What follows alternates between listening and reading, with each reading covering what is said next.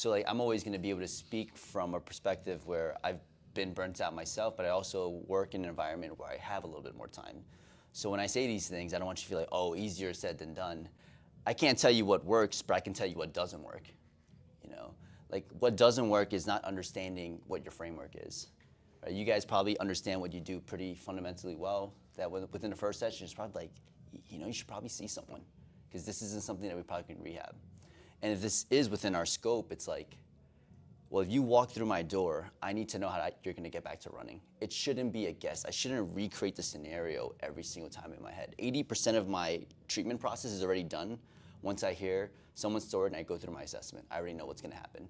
The 20% now is really going to figure out what lateralizations do I have to make. Do I have to do this in a slower tempo, a faster tempo? Do I limit the range of motion? But the progressions are already baked in my head. So if you've got 30 minutes, you need to know what your progressions and regressions are, without a doubt.